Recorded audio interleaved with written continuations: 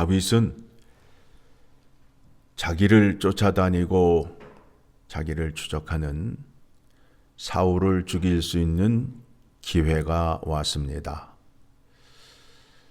굴 안에 다윗과 일행이 머물러 있는데 굴 안으로 사울이 용변을 보러 들어왔습니다.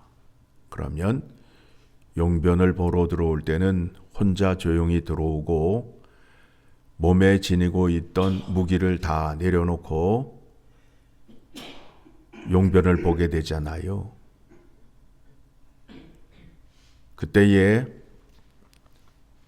다윗의 일행이 하는 말이 여호와 하나님께서 사울을 다윗의 손에 넘기었다.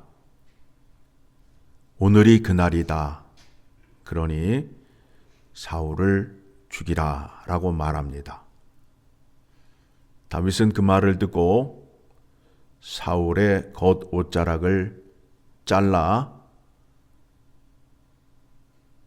그것으로 사울을 보내줍니다.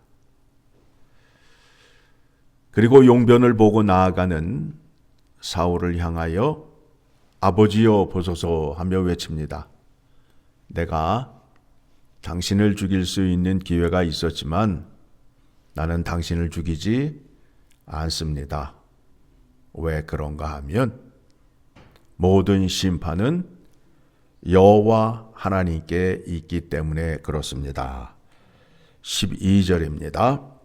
같이 읽습니다. 여호와께서는 나와 왕 사이를 판단하사 여호와께서 나를 위하여 왕을 보복하시려니와 내 손으로는 왕을 해하지 않겠나이다. 우리가 우리의 원수를 미워할 때가 있어요. 그런데 그 심판이 내게 있지 않다라는 겁니다. 모든 심판은 하나님에게만 있습니다. 왜 그런가 하면 선과 악을 구별하시는 분은 오직 하나님 한 분이셔요. 내가 선과 악을 판단하게 되면 즉 선악과를 먹은 자가 되는 거예요. 하나님과 같아지려는 교만한 자가 됩니다. 그래서 기도 가운데에 보복 가운데에 가장 무서운 것이 뭐예요? 나에게 능력을 주시면 내가 내 손으로 끝내주겠습니다라는 기도예요? 아니면 여호와 손에 맡기겠나이다 예요. 여호와의 손에 맡기겠나이다 라는 기도를 하시는 게 가장 센 믿음이요 기도라는 것을 기억하시기 바랍니다. 왜 그런가 하면 13절을 보게 되면 악은 악인에게서 난다. 악인 안에는 악이 있기 때문에 악이 나온다는 거예요.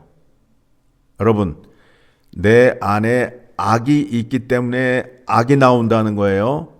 내 안에 선이 있으면 악이 나오지 않아요. 그러니까 나는 악한 행동을 하지 않겠다라는 거예요. 누가 이렇게 주장을 했어요? 다윗이. 13절 옛 속담에 말하기를 악은 악인에게서 난다 하였으니 내 손이 왕을 해하지 아니하리이다. 욕은 삼삼하게 잘하는데 자기는 착한 사람이라고 주장하는 사람. 말끝마다 불평하고 컴플레인 하는데 나는 감사가 늘 넘치는 사람이다 말하는 것은 어불성설이 되는 겁니다.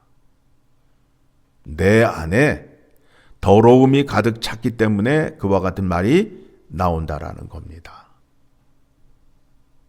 하나님의 말씀, 하나님의 뜻을 내 안에 채워서 그런 더러운 것들을 내쫓아야 돼요.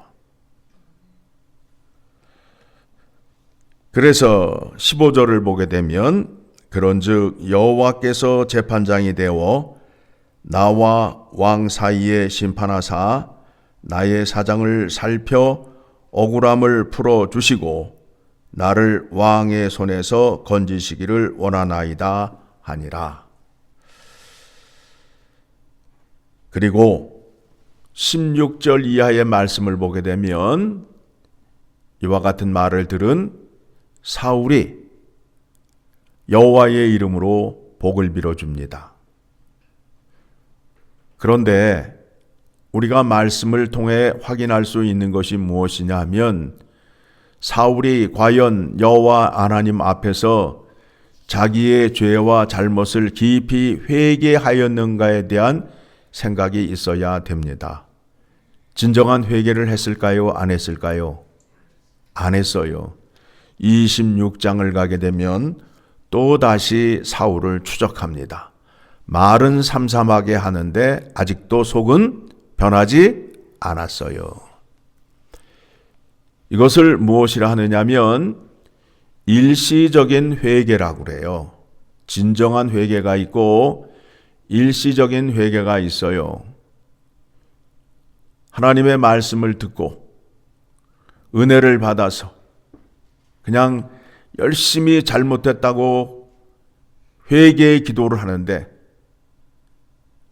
예배가 끝나고 예배당문을 나가면 다시 자연인으로 돌아가는 그와 같은 것을 일시적인 회개라고 그래요. 진정한 회개는 돌이킴이 있어요. 마음의 생각과 행동이 변화된 것을 말해요. 그래서 그 말씀에 대해서 뭐라고 말하느냐 하면 사울은 늘 자기의 길로 가요. 여호와 하나님의 길로 가지 아니하고 자기의 길을 가게 됩니다. 자기의 길은 어떤 길이에요? 하나님의 말씀을 불순종하는 길을 늘 말하고 있습니다. 22절을 보게 되면 다윗이 사울에게 맹세하매 사울은 집으로 돌아가고 다윗과 그의 사람들은 요새로 올라가니라. 그러니까 사울이 가는 길과 다윗이 가는 길이 달라요. 여러분, 길 위에서 예수님께서 물으십니다. 길 위에서 물으십니다. 너희는 나를 누구라 생각하느냐? 지금이라도 잘 생각해서 세상의 길을 가든지 아니면 나를 따르든지 길 위에서 물으십니다. 그때에 베드로가 대답을 하지요. 주는 그리스도요 살아계신 하나님의 아들이십니다. 라고 대답을 합니다. 여러분이 가는 길에 예수님께서 물으십니다. 너는 나를 누구라 생각하느냐? 가는 길이에요. 길 위에서. 길이 두 길이 있잖아요. 순종의 길이 있고 불순종의 길이 있단 말입니다. 두 길 가운데 하나를 택하라는 겁니다. 일시적인 회개는 열매가 없어요. 이 말씀에 대해서 마태복음 13장의 말씀을 보게 되면 씨 뿌리는 비유가 나와요. 씨 뿌리는 비유 18절 말씀부터 말씀 읽어 내려갑니다. 같이 읽습니다. 그런즉 씨를 뿌리는 비유를 들으라. 아무나 천국 말씀을 듣고 깨닫지 못할 때는 악한 자가 와서 그 마음에 뿌려진 것을 빼앗나니 이는 곧 길가에 뿌려진 자요. 무슨 얘기냐면 하나님 말씀을 아예 듣지도 않고 거부하는 사람이에요. 20절 돌밭에 뿌려졌다는 것은 말씀을 듣고 즉시 기쁨으로 받되 그 속에 뿌리가 없어 잠시 견디다가 말씀으로 말미암아 환난이나 박해가 일어날 때에는 곧 넘어지는 자요. 말씀을 들을 때에는 아멘하며 너무도 좋아하고 눈물도 흘리고 좋아하는데 어떤 환난과 고난이 오게 되면 믿음을 싹 잃어버리는 사람들이 있어요. 뭐가 없다고요? 열매가 없어요. 22절 가시떨기에 뿌려졌다는 것은 말씀을 들으나 세상의 염려와 재물의 유혹에 말씀이 막혀 결실하지 못하는 자요. 하나님의 말씀을 듣긴 들었는데 세상에는요, 내가 가지고 있는 것은요, 나의 조건은요 하면서 여러 가지 핑계를 갖다 대면서 하나님의 말씀을 행하는 자리로 나아가지 못하는 자들, 핑계가 이유가 많은 자들이 있죠. 교회를 나오기 싫을 때는 10가지 이유를 만들어냅니다. 교회에 입고 갈 옷도 없고 해가면서 10가지 이유를 만듭니다. 그런 사람들이에요. 그런 사람들에게 뭐가 없다고요? 열매가 없어요. 말씀을 듣지만 열매가 없는 사람들이에요.